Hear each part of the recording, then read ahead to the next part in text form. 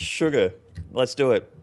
Dusk Tower is going to be our map number one, and let's get into this. All Alright, right, mate. so this is down in the bottom left hand corner, playing for Team Root Gaming. We have Kelazhur. We do indeed. And in the north spawn here from Canada, this is HuK, who I believe is still flying the flag for Evil Geniuses. I think you're right. I think I am. Like, when I you're don't on know. EG, you're pretty much EG for life until EG you for retire. life, exactly. That's right. Kind of like Team Liquid as well. Yeah. It's great to have that family aspect to teams. Root Gaming has been like that, but some of the players have jumped ship over time. But that's probably the only other team that I think really has that family aspect to it from what I've seen. Now, I hate to interrupt you there, but we got something very cheeky that needs to be brought up here. Oh yeah.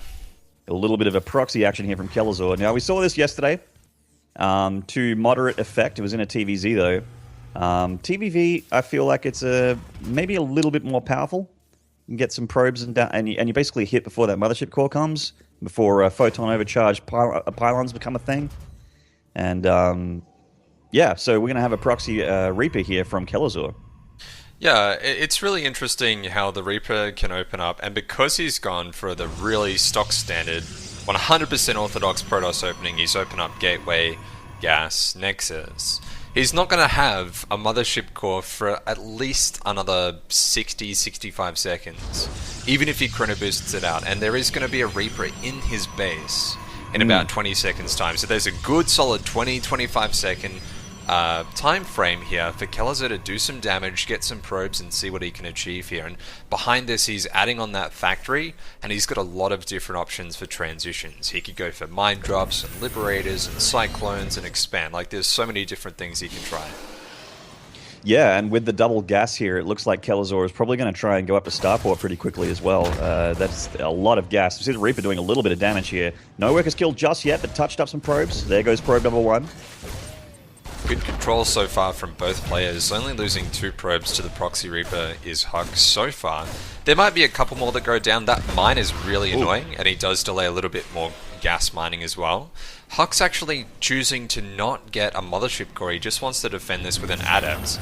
He might run into a little bit of trouble if the Reapers juke and jive around the adepts. He's got to be really careful about how he controls Yeah, them. I mean, apart from the Shade, which is faster than the Reaper, the Reapers are actually more mobile, can jump cliffs as we see here, so they do actually escape the wrath of that Adept there. And they get 3 probe kills for their trouble, and he hasn't lost any Reapers, so I feel like this is a pretty good start here for Kelazhur. And he's adding on a tech lab onto his factory, so he's likely to want to get a Cyclone out for a little bit of early defense. And behind that, making the starport, bringing back the barracks back home, and he'll likely get a reactor on that and get a bunch more Marines going into the mid game here. But getting that map control with Reapers allows him to be super safe as well.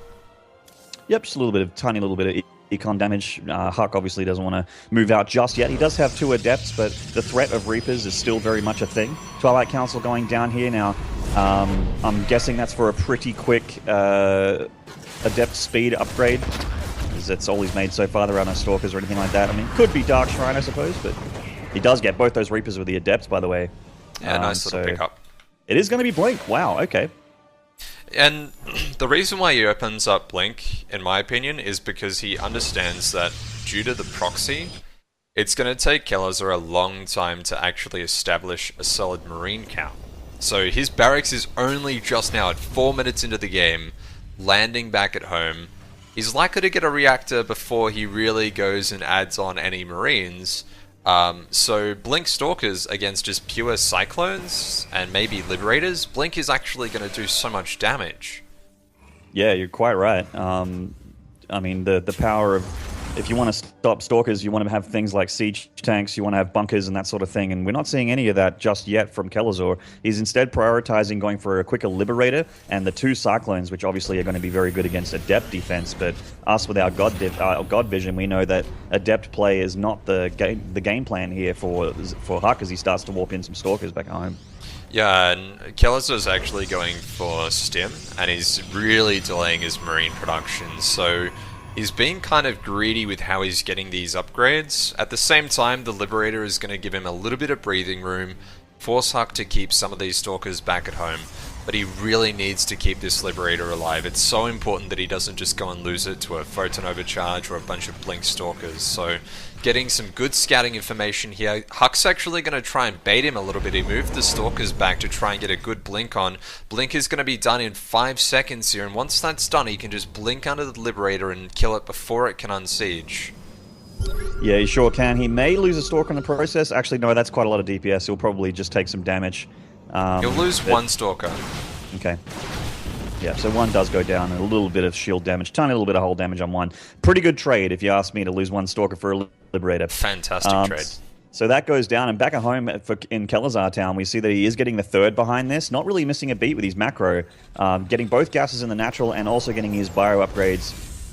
So he's locked down pretty tight back at home. Cyclone ready for any Prism action, or any hidden, like, I'm pretty sure he knows there's no Stargate play here, but the Cyclone is well and truly keeping him safe and powering along with his macro back at home. So starting to throw in Marauders as well, because he does know that Stalkers are a thing that he needs to deal with now. Yeah, Marauders, even though they've been nerfed a little bit, still pretty good against Stalkers.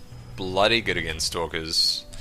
If he hadn't seen the Blink, it's more likely, I think, Kelazhur would have just wanted to be able to produce Marines, because Marauders are horrible against Adepts. But because he saw the Blink, he got a good amount of scouting, even though he lost that Liberator fairly cost inefficiently. And that scouting information allows him to understand he needs to make those Marauders, and they could be pretty effective if he can push out with a bunch of units with these 3 racks, the 1 reacted starport production. He might be able to pressure the third of HuK, because HuK is being quite greedy here as well.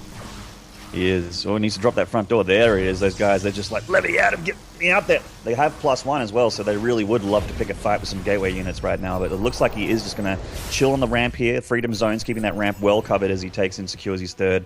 HuK as well, his third Nexus just finishing around the same time as Kelazhur lands his own, and he's starting to saturate that too. So both players looking pretty good. Both around the 57 SCVs for Kelazhur, 55 probes for HuK, so really very equal economies.